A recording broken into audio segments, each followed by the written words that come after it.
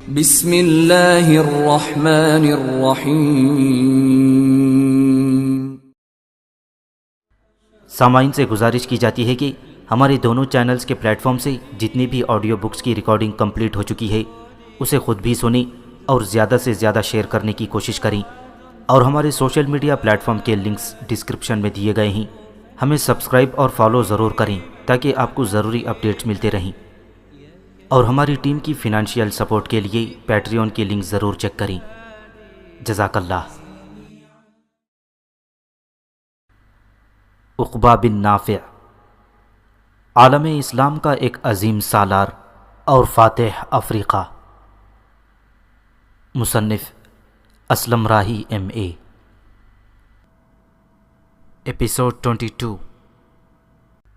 مجوسیوں کے علاقوں کی طرف بڑھتے ہوئے عقبہ بن نافع نے اپنے سالاروں کو بلانے کے بعد جو سب سے عمدہ قدم اٹھایا وہ یہ کہ اس نے ان تمام راستوں کی طرف اپنے مسلح جوان پھیلا دیے تھے جو راستے مجوسیوں کی بستیوں سے نکل کر رومنوں کے شہر قرطاجنہ کی طرف جاتے تھے۔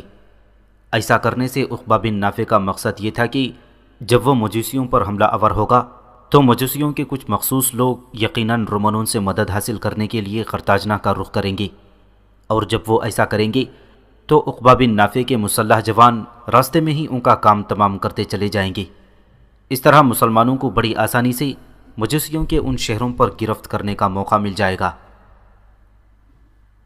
بڑی تیزی سے سفر کرتے ہوئے عقبہ بن نافع نے مجوسیوں کے علاقے میں داخل ہونے کے بعد دن کے وقت سفر التوا میں ڈال دیا تھا، صرف رات کو سفر کرتا رہا، اور ایک روز رات کے قریب مجوسیوں کے شہر دلیلی کے نواح میں نمودار ہوا۔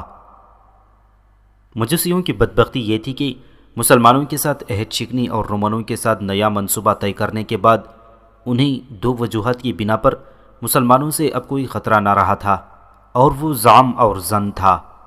اس کی وجہ یہ تھی کہ وہ یہ محسوس کر رہے تھے کہ اب وہ اکیلے نہیں ہیں، رومن ان کے ساتھ ہیں، اور کسی بھی وقت اگر مسلمانوں میں سے کسی سالار نے ان پر حملہ آور ہونے کی کوشش کی تو یقیناً رومن ان کا ساتھ دیتے ہوئے مسلمانوں کو مار بھگانے میں کامیاب ہو جائیں گے۔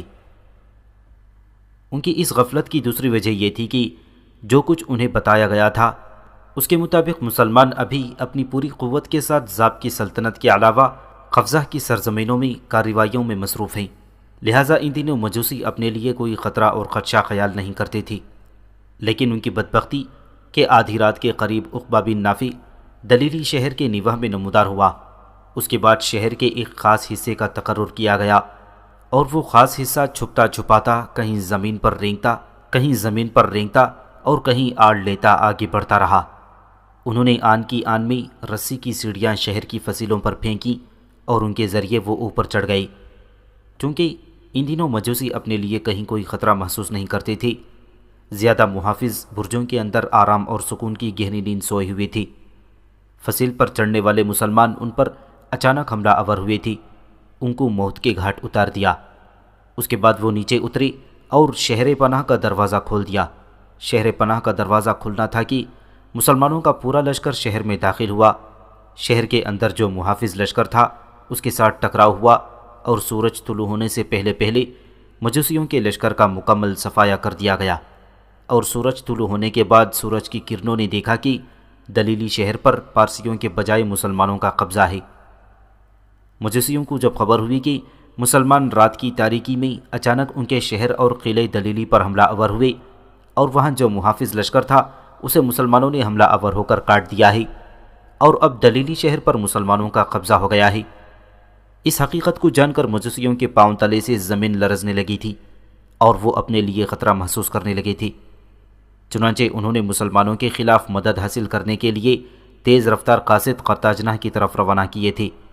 اس کے علاوہ باقی مجوسی اپنے باقی 3 شہروں کے اندر محصور ہو گئے تھے، لیکن بدقسمتی کہ جو قاصد انہوں نے اپنے شہروں سے قرطاجنہ کی طرف بھجوائے تھے ان میں سے کوئی بھی پوری مسافت طے کر کے قرطاجنہ میں داخل نہ ہو سکا، اس لیے کہ راستے ہی میں ان مسلح جوانوں نے جن کا تقرر عقبہ بن نافع نے کیا تھا پکڑ کر موت کے گھاٹ اتار دیا۔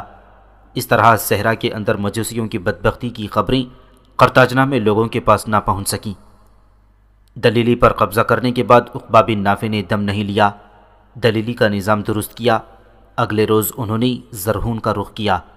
وہاں جو پارسیوں کا لشکر محصور تھا وہ بھی مسلمانوں کی طاقت و قوت اور حملوں کے سامنے مزاحمت نہ کر سکا، اور مسلمانوں کے آگے سرنگوں ہو گیا، اور زرہون کا نظم و نسق بھی مسلمانوں نے سنبھال لیا۔ اس طرح حملہ کرتے ہوئے مسلمانوں نے مجوسیوں کے چاروں شہروں اور قلعوں پر قبضہ کر لیا۔ اس کے بعد ان کے ارد گرد اور آس پاس کی جو چھوٹی بستیاں تھیں وہ بھی مسلمانوں کے قبضے میں آ گئی تھیں۔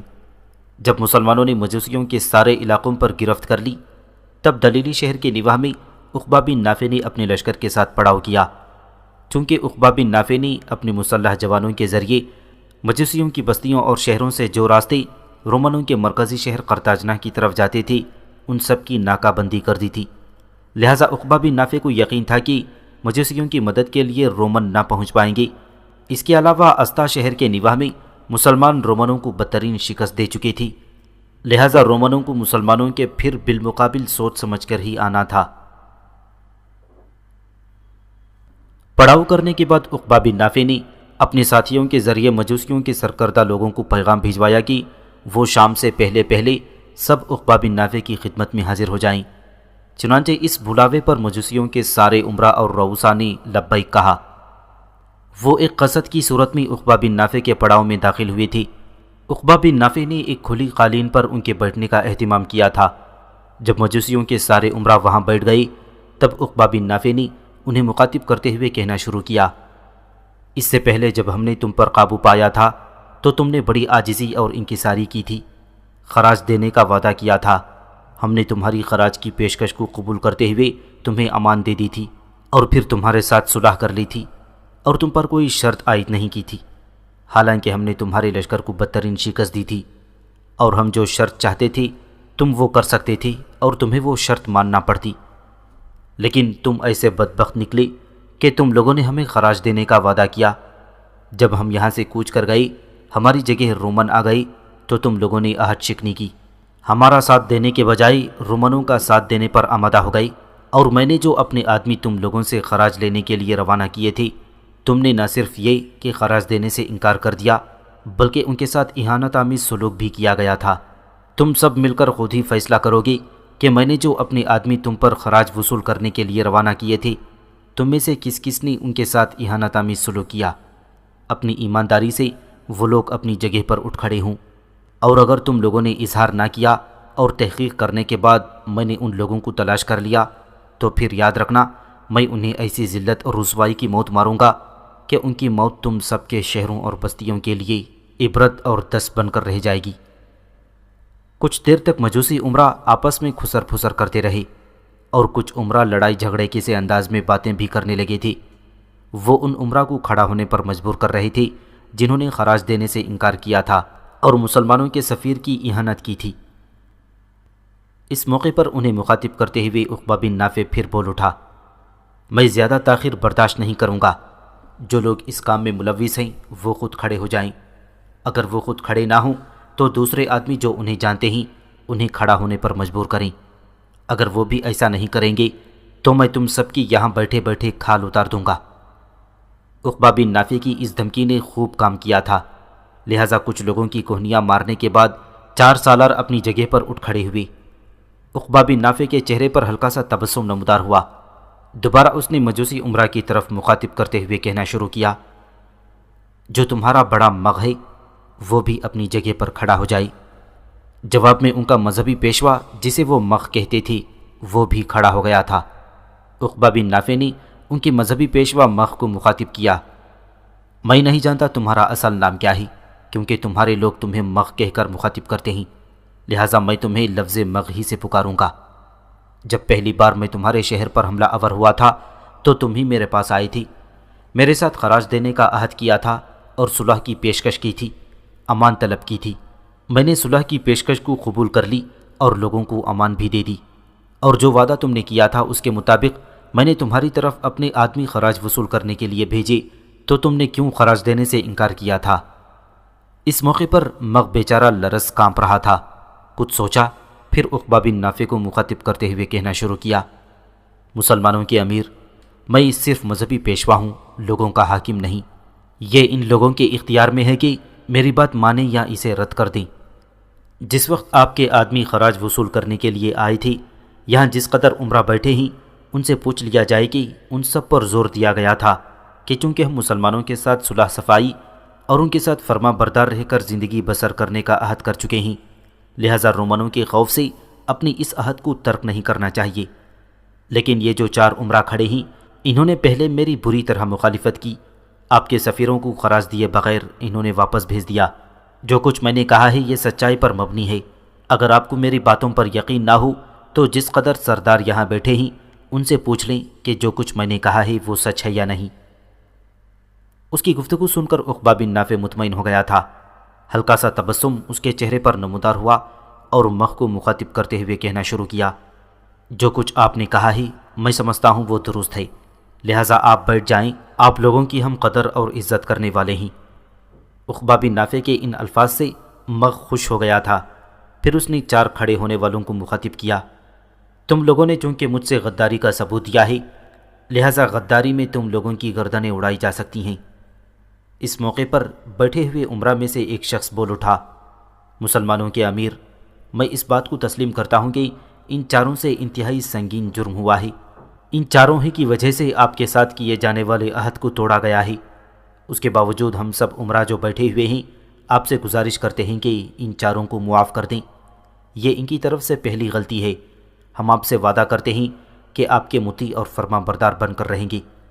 اگر آنے والے دور میں ان 4 عمرہ نے کبھی آپ کو خراج دینے سے انکار کیا یا مسلمانوں کے خلاف رومنوں سے ساز باز کرنے کی کوشش کی تو آپ دیکھیں گے ہم خود ان 4 کی گردنیں اڑا کر رکھ دیں گے۔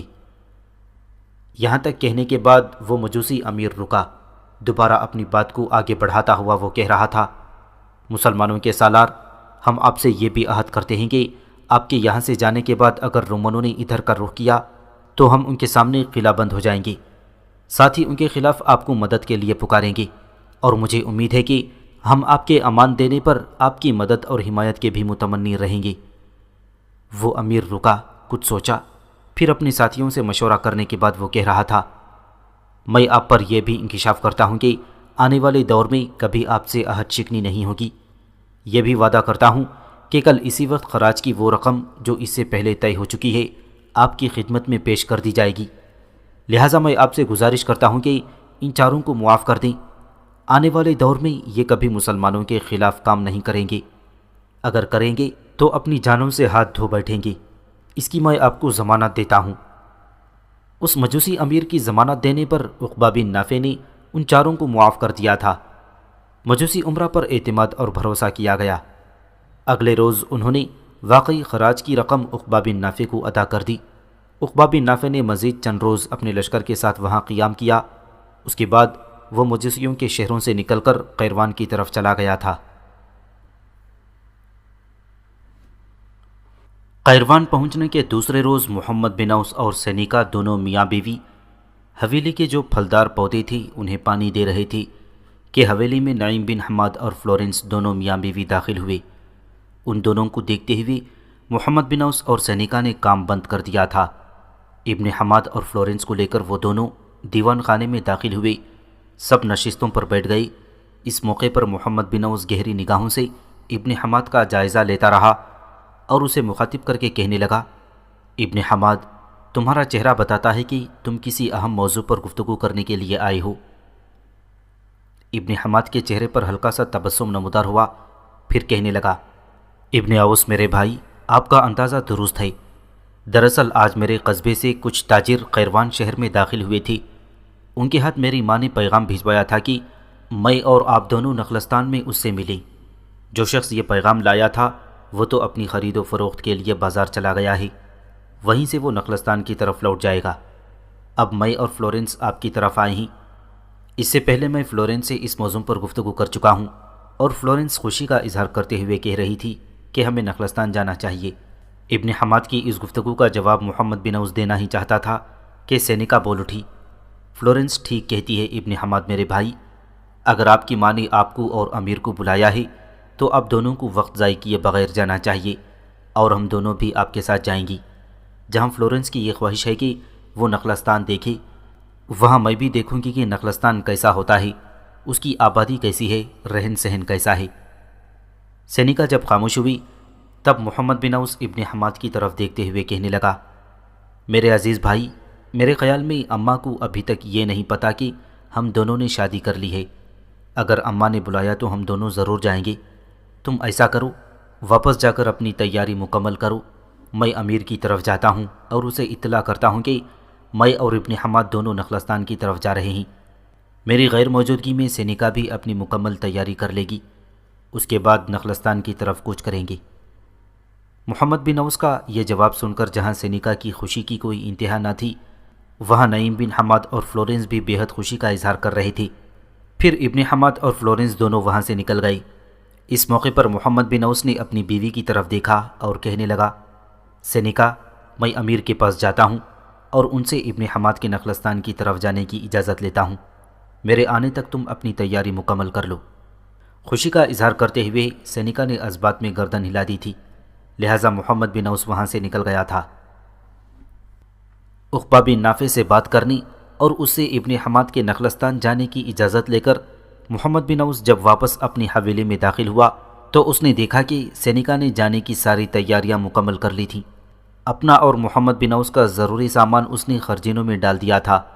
سینیکا کی یہ تیاری دیکھتے ہوئے محمد بن اوس نے خوشی کا اظہار کیا، پھر اسے مخاطب کر کے کہنے لگا، سینیکا، تم دیوان خانے میں بیٹھو، میں گھوڑوں پر زینے ڈال کر ادھر ہی لاتا ہوں، اس کے بعد یہاں سے کوچ کرتے ہیں۔ جواب میں سینیکا مسکرائی اور بڑے پیار بھرے انداز میں محمد بن اوس کو مخاطب کر کے کہنے لگی، آپ کو استبل میں جا کر گھوڑوں پر زینے ڈالنے اور ان پر دانے چڑھانے کی ضرورت نہیں، یہ کام میں پہلے کر چکی ہوں، بس آپ ہی کا انتظار کر رہی تھی کہ جو ہی آپ آئیں گے اپنی خرجینیں اٹھائیں اور گھوڑے کی طرف کوچ کر جائیں۔ سینیکا کے ان الفاظ پر محمد بن اوس ایسا خوش ہوا کہ آگے بڑھ کر پیار بھری ایک ہلکی سی چپت اس کے سرخ گالوں پر لگائی اور کہنے لگا، سینیکا، میں تم جیسی زندگی کی ساتھی اور بیوی پر ہمیشہ فخر کرتا رہوں گا۔ اس کے ساتھ ہی جب محمد بن اوس نے جھک کر دونوں خرجینیں اٹھانا چاہیں تو سینیکا نے مسکراتے ہوئے محمد بن اوس کا بازو پکڑ لیا، کہنے لگی، صرف ایک خرجین اٹھائیں، دوسری میں خود اٹھاؤں گی، اس لیے کہ دونوں میاں بیوی کو مل کر کام کرنا چاہیے۔ محمد بن اوس خوش ہو گیا تھا۔ دونوں میاں بیوی استبل میں آئی، خرجینوں کو زینوں کے ساتھ باندھا، پھر حویلی سے نکلے۔ جب وہ ابن حماد کی حویلی کے سامنے آئے تو شاید ان دونوں ہی کا انتظار کر رہے تھے۔ ان کے آتے ہی وہ باہر نکلے، پھر چاروں مل کر خوشی کا اظہار کرتے ہوئے نعیم بن حماد کے نخلستان کی طرف کوچ کر گئے تھے۔ چاروں جب نخلستان میں داخل ہوئے تو نخلستان کے لوگ محمد بن اوس کو جانتے تھے۔ نعیم بن حماد تو ویسے ہی وہاں کا رہنے والا تھا، لہٰذا ان دونوں کی آمد پر وہ لوگ بڑی خوشی کا اظہار کر رہے تھے، اور ان کے ساتھ ان دونوں بدیسی لڑکیوں کو دیکھ کر جہاں وہ حیرت کا اظہار کر رہے تھے وہاں ان کے چہروں پر خوشیوں کے بھی اثرات تھی۔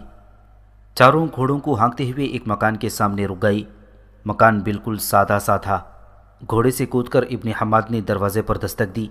اتنی دیر تک محمد بن اوس کے علاوہ سینیکا اور فلورنس بھی اپنے گھوڑوں سے اتر چکے تھے۔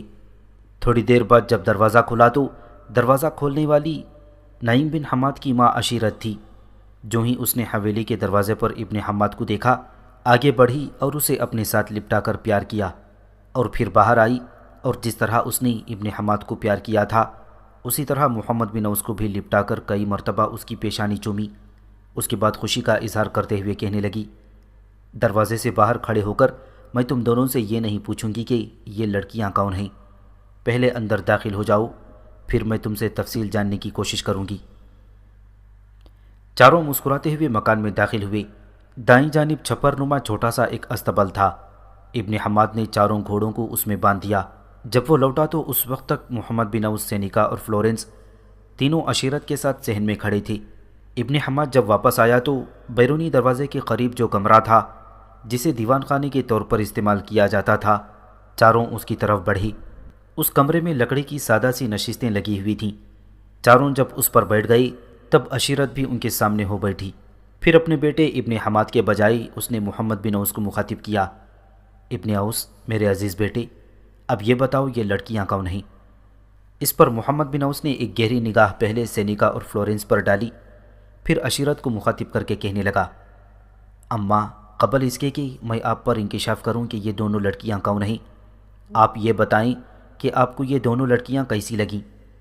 ہلکا سا تبسم عشیرت کے چہرے پر نمودار ہوا۔ کہنے لگی، انتہا درجے کی خوبصورت ہیں، سلجھی ہوئی لگتی ہیں اور پھر شخصیت میں بھی اپنے کمال کو پہنچی ہوئی ہیں۔ اب بتاؤ کون ہیں؟ محمد بن اوس نے پہلے فلورنس کی طرف اشارہ کیا، کہنے لگی، یہ جو لڑکی ہے یہ آپ کے بیٹے ابن حماد کی بیوی ہے، اس کے ساتھ ہی جو بیٹھی ہوئی ہے یہ میری بیوی ہے۔ محمد بن اوس کے ان الفاظ پر عشیرت ایسی خوش ہوئی تھی کہ اپنی نشست سے اٹھ کر دیوانہ وار آگے بڑھی۔ پہلے فلورنس کو اپنے ساتھ لپٹا کر کئی بار اس کا چہرہ چوما، پیار کیا۔ اس کے بعد اسی طرح وہ سینیکا سے بھی ملی تھی۔ پھر کچھ دیر بڑے غور اور شوق سے ان دونوں کی طرف دیکھتی رہی، پھر نشست پر بیٹھ گئی اور کہنے لگی، ابن اوس میرے بیٹے، جب میں تم دونوں سے ملنے کے لیے قیروان گئی تھی، میں نے تم سے ابن حماد کی شادی کے سلسلے میں بات کی تھی۔ اس وقت میرے بچے تم نے ایک وعدہ کیا تھا کہ تم 2 لڑکیوں کو پسند کر چکے ہو۔ آج تم نے وہ وعدہ پورا کر دیا ہے، میرے بیٹے کا بھی گھر آباد کر دیا ہے، اس کے لیے میں جس قدر تمہارا شکریہ ادا کروں کم ہے۔ عشیرت کے ان الفاظ پر محمد بن اوس نے ہلکا سا ایک قہقہہ لگایا، کہنے لگا، اماں، نعیم کا گھر میں نے نہیں فلورنس نے آباد کیا ہے، اور یہ بات بھی اب اپنے دل میں رکھ لیجئے کہ یہ رشتہ میں نے نہیں کرایا۔ میں نے اس وقت بھی آپ پر انکشاف کیا تھا کہ جس وقت آپ قیروان میں آئی تھیں، اور آپ سے میں نے کہا تھا کہ فلورنس نام کی لڑکی ابن حماد کو پسند کرتی ہے، اور خداوند نے چاہا تو عنقریب وہ ابن حماد کی بیوی ہوگی۔ اماں، ہم دونوں خوش قسمت ہیں کہ ہمیں ایسی مخلص اور وفادار بیویاں ملی ہیں۔ اس موقع پر عشیرت اپنی جگہ سے اٹھی اور کہنے لگی، تم چاروں سفر سے آئے ہو، پہلے میں تم چاروں کے لیے مشروب کا اہتمام کرتی ہوں، اس کے بعد طعام تیار کرتی ہوں۔ اس موقع پر سینیکا اور فلورنس دونوں ایک دوسرے کی طرف اشارہ کرتے ہوئے اٹھ کھڑی ہوئی۔ دونوں نے آگے بڑھ کر عشیرت کے بازو پکڑ لیے، پھر اسے بٹھاتے ہوئے سینیکا کہنے لگی، آپ بالکل آرام اور سکون کے ساتھ اپنی نشست پر بیٹھی رہیں، آپ کو کچھ کرنے کی ضرورت نہیں ہے۔ ہمارے پاس پانی کے مشکیزیں تھیں جن سے ہم پانی پیتے آئے ہیں، لہٰذا ہم چاروں میں سے کسی کو پیاس نہیں۔ رہا سوال کھانے کا تو کھانا شام کو کھائیں گے، اور کھانا آپ نہیں، میں اور فلورنس تیار کریں گی۔ سینیکا کے ان الفاظ کے جواب میں عشیرت مسکرانے لگی، پھر سینیکا کچھ سونگنے کی کوشش کرنے لگی۔ کچھ دیر لمبے لمبے سانس لے کر کھینچتی رہی، پھر عشیرت کو مخاطب کر کے کہنے لگی، کیا یہاں نزدیک کہیں پکی ہوئی کھجوروں کی خوشبو آتی ہے؟ اماں، یہاں نزدیک ہی کہیں پکی ہوئی کھجوروں کی خوشبو آتی ہے۔ عشیرت کے بولنے سے پہلے ابن حماد بول اٹھا اور سینیکا کو مخاطب کر کے کہنے لگا، سینیکا میری بہن، یہ موسم کھجوروں کا ہے، آپ نخلستان میں آئی ہیں، آپ نے سنا ہوگا کہ نخلستان کے ارد گرد دور دور تک کھجوروں کے باغات ہیں، ہماری اپنی زمینوں میں بھی کافی کھجوریں ہیں۔ اس موسم میں ہمارے کارندے کھجوریں اتار کر ہمارے چھت پر بکھیر دیتے ہیں، میرے خیال میں انہی کھجوروں کی خوشبو آپ کو آ رہی ہے۔ ابن حماد کے ان الفاظ پر سینیکا کی خوشی کی کوئی انتہا نہ تھی، پھر پہلے اس نے ماں کی طرف دیکھا اور پھر کہنے لگی، اماں، کیا میں اور فلورنس چھت پر جا سکتی ہیں؟ عشیرت نے جب مسکراتے ہوئے اجازت دے دی، تب سینیکا نے محمد بن اوس کی طرف دیکھا۔ کچھ کہنا چاہتی ہی تھی کہ محمد بن اوس اٹھ کھڑا ہوا، کہنے لگا، سینیکا، تمہیں مجھ سے پوچھنے کی ضرورت نہیں، چلو میں بھی تمہارے ساتھ چلتی ہوں۔ محمد بن اوس جب کھڑا ہوا تب ابن حماد بھی کھڑا ہو گیا، عشیرت بھی ان کے ساتھ ہو لی، اور پانچوں جب چھت پر چڑھی تو سینیکا اور فلورنس وہ سماعت دیکھ کر خوش ہو گئی تھیں۔ چھت پر کھجور کے پتوں کی چٹائیاں بچھی ہوئی تھیں اور پوری چٹائیوں کے اوپر کھجوریں ڈال دی گئی تھیں۔ کھجوروں میں سے کچھ پک رہی تھیں اور کچھ ابھی کچی تھیں۔ سینیکا اور فلورنس کچھ دیر تک بڑی حیرت، غور اور انہماک سے کھجوروں کو دیکھتی رہی، پھر سینیکا مسکراتے ہوئے بول اٹھی، اماں، یہ کھجوریں صرف دیکھنے کے لیے ہیں یا کھائی بھی جا سکتی ہیں؟ عشیرت نے ہلکا سا ایک قہقہہ لگایا، پھر بول اٹھی، بیٹی، کھانے کی ہیں، اٹھاؤ، جتنی مرضی کھاؤ، پر رکو، میں نیچے سے ایک برتن پانی لاتی ہوں، اس میں پکی کھجوریں ڈال کر دھوتے ہیں، پھر تم سب کھانا۔ نعیم بن حماد نے آگے بڑھ کر عشیرت کا بازو پکڑ لیا، کہنے لگا، اماں، تم یہیں رہو، میں برتن لے کر آتا ہوں۔ اس کے ساتھ ہی نعیم بن حماد چھت سے نیچے اتر گیا۔ جلد ہی وہ لوٹا، اس کے ہاتھ میں ایک برتن تھا، اور جو کھجوریں پک رہی تھیں ان میں سے کچھ اس نے برتن میں ڈالی، پھر سینیکا اور فلورنس کی طرف دیکھتے ہوئے کہنے لگا، یہ چھت پر پڑی کھجوریں تم دونوں بہنیں بعد میں دیکھ لینا، پہلے نیچے چلتے ہیں، یہ کھجوریں دھوتے ہیں اور پھر تم دونوں بہنیں جتنی چاہو کھا لینا۔ سینیکا اور فلورنس نے اس سے اتفاق کیا تھا۔ پانچوں نیچے اترے۔ نیچے اترنے کے ساتھ ہی فلورنس نے کھجوروں کا برتن ابن حماد سے لے لیا اور کہنے لگی، آپ مجھے اپنے ساتھ مطبخ میں یا طہارت خانے میں لے چلیں جہاں میں ان کھجوروں کو دھو دوں۔ ابن حماد فلورنس کو مطبخ کی طرف لے گیا تھا۔ سینیکا بھی اس کے ساتھ تھی۔ فلورنس نے وہاں کھجوریں دھوئیں۔ دھلی ہوئی کھجوریں وہ دیوان خانے میں لائیں اور بڑے شوق سے کھانے لگی تھی۔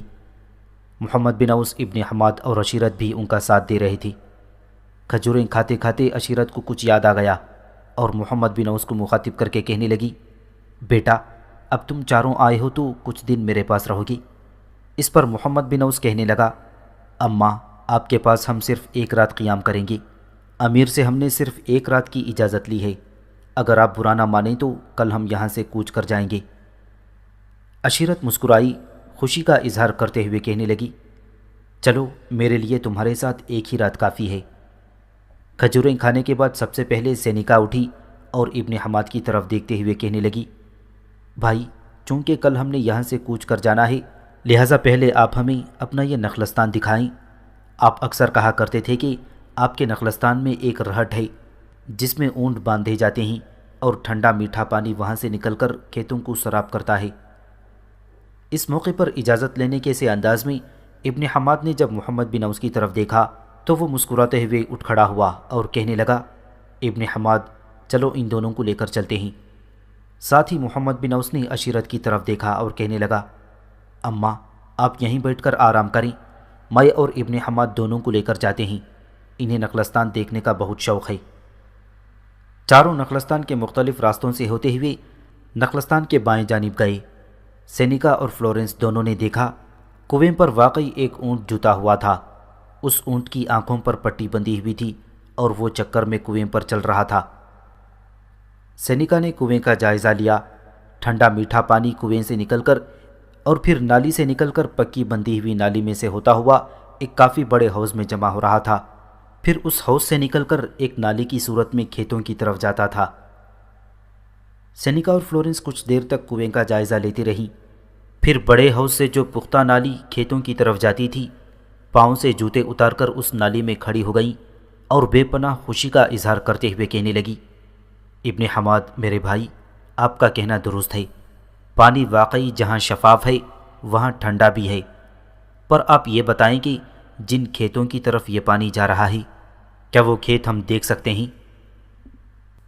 اس کے بعد ابن حماد اور محمد بن اوس ان دونوں کو لے کر کھیتوں کی طرف ہو لیے تھے۔ نخلستان کے اطراف میں دور دور تک تربوز اور خربوزے کے کھیت تھے جن کے اوپر چارے میں استعمال ہونے والا باجرہ بھی کھڑا تھا۔ وہ کچھ دیر تک کھیتوں میں گھومتے رہی، لطف اندوز ہوتے رہی، یہاں تک کہ سورج جب غروب ہونے لگا تب سینیکا اور فلورنس دونوں کی خوشیوں کی کوئی انتہا نہ تھی، اس لیے کہ انہوں نے دیکھا صحرا سے اونٹوں اور بھیڑ بکریوں کے ریوڑ گروہ در گروہ نکل کر نخلستان کا رخ کرنے لگے تھی، اور شام کے وقت جب کہ سورج غروب ہو رہا تھا مختلف جانوروں کے مختلف گروہوں کا نخلستان کی طرف آنا ایک عجیب سما باندھ رہا تھا۔ چاروں کچھ دیر وہاں کھڑے ہو کر بستی کی طرف آتے، ان ریوڑوں کی طرف دیکھتے، پھر واپس نخلستان میں داخل ہوئے۔ گھر جا کر اس روز کھانا سینیکا اور فلورنس نے تیار کیا تھا۔ چاروں نے نخلستان کے اندر ہی شب بسری کی، پھر اگلے روز وہ قیروان کی طرف جانے کے لیے نخلستان سے نکل گئے۔ سینیکا اور فلورنس کو لے کر محمد بن اوس اور ابن حماد ابھی نخلستان سے چند میل دور ہی گئے ہوں گے کہ سامنے کی طرف سے 10-12 سوار اپنے گھوڑوں کو سرپٹ دوڑاتے ہوئے آئی، اور وہ شاہراہ جو نخلستان سے قیروان کی طرف جاتی تھی اس شاہراہ پر ان چاروں کی راہ روک کر کھڑے ہو گئی۔ قبل اس کے کہ محمد بن اوس یا ابن حماد میں سے کوئی راہ روکنے والوں سے راہ روکنے کی وجہ پوچھتا، ان میں سے ایک شخص جو شاید ان کا سرخیل تھا محمد بن اوس اور ابن حماد کو مخاطب کرتے ہوئے بول اٹھا، تمہاری ہر کوشش، تمہارا ہر جتن یہاں تک آ کر تمام ہوا، تم لوگ سرکش اور لامحدود ہو گئے تھے۔ سنو، اونٹ جب تک پہاڑ کے نیچے نہ آئے اپنے آپ سے اونچا کسی کو نہیں سمجھتا، یہی حالت تمہاری بھی ہے۔ تم نے ایسے جرائم کیے ہیں کہ ان جرائم کے بدلے میں آج یہاں تمہاری نظروں میں شام کا غبار بدبختی کی دھند اتار کر رکھ دی جائے گی۔ سنو مسلمانوں کے سالاروں، ہر کوئی لمحوں کے طاقچوں میں پرانی ضرر رساں گرد جھاڑ دیتا ہے تاکہ غموں کی شدت میں اضافہ نہ ہو۔ یہی حالت یہاں ہم تمہاری بھی کریں گے۔ یاد رکھو، گزشتہ کئی ہفتوں سے خزاں بن کر ہم تم لوگوں کی گھات میں تھے، آخر ہم کامیاب ہو گئے۔ اب تمہاری ہار تمہارے گلے کا ہار بنے گی، اور یہاں اب ہم تمہارے جذبوں کو گرد آلود اور تمہارے آپ کی نائے ساز میں تعصب کا زہر بھر دیں گے۔ اتنا کہنے کے بعد وہ شخص جب خاموش ہوا تب اس کی طرف بڑے غور سے دیکھتے ہوئے محمد بن اوس بول اٹھا، پہلے یہ بتاؤ تم لوگ کون ہو؟ ہمارے ساتھ تمہاری کیا دشمنی ہے؟ بظاہر تو تم شکل و صورت سے مجھے بربر لگتے ہو، پر راہ روکنے کی وجہ کہو۔ اس پر وہی شخص پھر بول اٹھا، ہم افریقی سالار برانیز کے لشکر کے آدمی ہیں۔ کئی ہفتے پہلے جسٹینین نے ہمیں ان علاقوں میں مقرر کیا تھا کہ ہم تم دونوں اور تمہاری بیویوں کو کسی نہ کسی طرح گرفتار کر کے قرطاج نہ پہنچائیں۔ کلیسا کی عدالت میں تم پر مقدمہ چلایا جائے گا اور تمہیں قرطاجنہ کے کسی چوراہے پر قتل کر دیا جائے گا۔ تم پوچھتے ہو کہ تمہاری ہمارے ساتھ کیا دشمنی ہے؟ تم دونوں نے ایسا جرم کیا ہے کہ جس کی کوئی انتہا ہی نہیں۔ تم دونوں نے رومنوں کی پیاسی نگاہوں، گلابی جوان جسم دوشی زاؤں، باحجاب صندلی پیکر غزل خواہ نگاہوں والی لڑکیوں اور زمزمہ ریز حسیناؤں کو بہکا کر ان سے شادی کر لی ہے، اور پوچھتے ہو کہ تمہارے ساتھ ہماری کیا دشمنی ہے؟ اس راہ روکنے والے کے یہ الفاظ سن کر سینیکا تاؤ کھا گئی تھی اور بول اٹھی، سن کافر و زندیق، قیروان کی طرف جانے والی اس شاہراہ پر تم ایسے ہزاروں جلتے زخم کھاؤ گے کہ زندگی کو عذاب سمجھنے لگو گے۔ تم مجھے بد آموز اور سیخ پاپ بربر لگتے ہو، کمینہ ذہنیت کے انسان ہو۔ یہاں تک کہتے کہتے سینیکا کو خاموش ہو جانا پڑا، اس لیے کہ وہ شخص بول اٹھا، ہم کچھ بھی ہیں، لیکن یہ واضح کر دیں کہ مسلمانوں کے دونوں سالاروں کے شعور پر جب ہم بے خود کر دینے والی ضرب لگائیں گے تو ان دونوں کے دلوں کو تذلیل بنا کر رکھ دیں گے۔ اس موقع پر فکر مندی کے انداز میں سینیکا نے اپنے پہلو میں گھوڑے پر سوار محمد بن اوس کی طرف دیکھا اور بڑی رازداری میں کہنے لگی، اب کیا ہوگا؟ یہ تو میرے بھائی کے مقرر کیے ہوئے بربر ہیں جو ہمیں گرفتار کر کے قرطاجنہ لے جانے کا تہیہ کیے ہوئے ہیں۔ دیکھیں یہ تعداد میں 12 ہیں، کیا ہم ان کا مقابلہ کر پائیں گے؟ اور کیسے ان سے بچیں گے اور کیسے ان سے اپنی جانیں چھڑائیں گے؟ سینیکا کے ان الفاظ کے جواب میں محمد بن اوس کے لبوں پر تبسم نمودار ہوا تھا۔ بڑے شوقیہ انداز میں تھوڑی دیر تک اس نے سینیکا کی طرف دیکھا، اس کے بعد راہ روکنے والے سرخیل کو مخاطب کر کے کہنے لگا، یہ مت خیال کرنا کہ تم ہماری راہ روک کر منمانی کرنے میں کامیاب ہو جاؤ گی۔ جب ہمارا ٹکراؤ ہوگا تو پھر یاد رکھنا، تمہارے ہونٹوں پر آئے حروف ہم دھند میں ملا کر رکھ دیں گے۔ تمہارے یہ جذبات کا اندھاپن اور جگرسوز اذیتوں جیسی دھمکی، الفاظ کے شعلوں جیسا تمہارا انداز بیاں، سب قہر زدگی سے دوچار ہو جائے گا۔ مجھے اس سے غرض نہیں کہ تم نے کس مقصد کے تحت ہماری راہ روکی ہے۔ میں تم سے یہ کہوں کہ جب ہمارا تمہارا ٹکراؤ ہوگا تو ہم تمہارے دامن میں واہموں کی قیامتیں، برباد و سنسان کرتی جہلیدہ ہوائیں اور لرزتے کانپتے سائے بکھیر کر رکھ دیں گے۔ اس موقع پر راہ روکنے والوں کے سرخیل نے ایک مکروہ قہقہہ لگایا اور کہنے لگا، مسلمانوں کے سالار، یہ بھی تو نے خوب کہی، ہم 12 اور تم ہمارے مقابلے میں صرف 2، اس کے باوجود ہمیں دھمکی دیتے ہو کہ تم ہمیں برباد اور تباہ کر کے رکھ دو گے۔ اس کے ان الفاظ کے جواب میں محمد بن اوس چھاتی تانتے ہوئے کہہ رہا تھا، اس وقت تو ہم 2 ہیں، قسم خداوند قدوس کی، میں اگر اپنی بیوی سینیکا کے ساتھ تمہارے سامنے اکیلا بھی ہوتا تب بھی تمہاری حالت غیر کر کے رکھ دیتا۔ راہ روکنے والوں، یہ بھی اپنے لیے لکھ رکھو کہ جب ہم تم سے ٹکرائیں گے تو تمہارے ماتھے پر گھمنڈ کا وقار، تمہارے ہونٹوں پر تحفظ کا تبسم نہیں رہنے دیں گے، تمہارے جسم کی مٹی کو اشکوں کی برسات سے ایسا گوندھیں گے کہ زمانے بھر کے لیے تمہیں عبرت بنا کر رکھیں گے۔ ہماری راہ روکنے والوں، ذرا اپنے پیچھے مڑ کر تو دیکھو۔ محمد بن اوس کے کہنے پر جب سب نے مڑ کر دیکھا تو نزدیک ہی بہت سے سوار اپنے گھوڑوں کو ایڑ پر ایڑ لگاتے ہوئے دھول اڑاتے چلے آ رہے تھے۔ یہ صورتحال دیکھتے ہوئے راہ روکنے والے لرز کام گئے تھے۔ اتنی دیر تک پشت کی طرف سے آنے والے سوار نزدیک آ گئے۔ جو ہی وہ راہ روکنے والوں کے قریب آئی، اپنا ہاتھ فضا میں بلند کرتے ہوئے محمد بن اوس نے انہیں مخصوص اشارہ کیا۔ یہ اشارہ ملنا تھا کہ وہ راہ روکنے والوں پر ٹوٹ پڑے اور لمحوں کے اندر ان سب کا کام تمام کر دیا تھا۔ اس موقع پر سینیکا عجیب سے سوالات اور جستجو بھرے انداز میں محمد بن اوس کی طرف دیکھ رہی تھی۔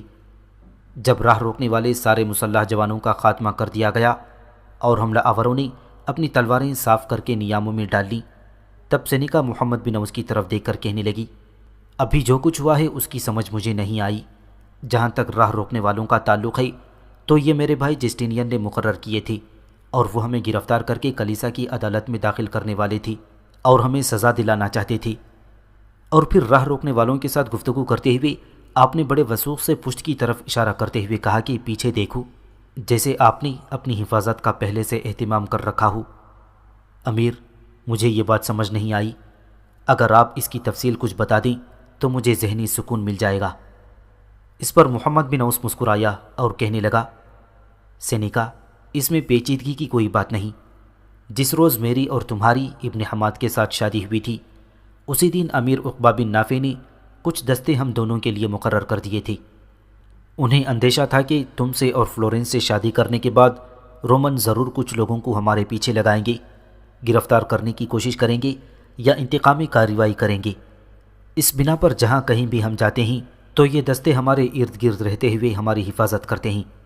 اسی بنا پر راہ روکنے والوں سے میں نے ایسے انداز میں گفتگو کی تھی۔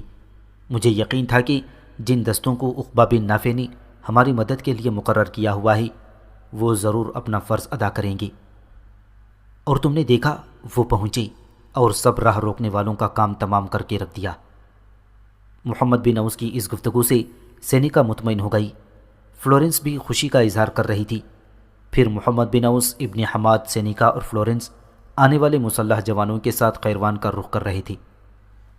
اللهم اجعل في قلبي نورا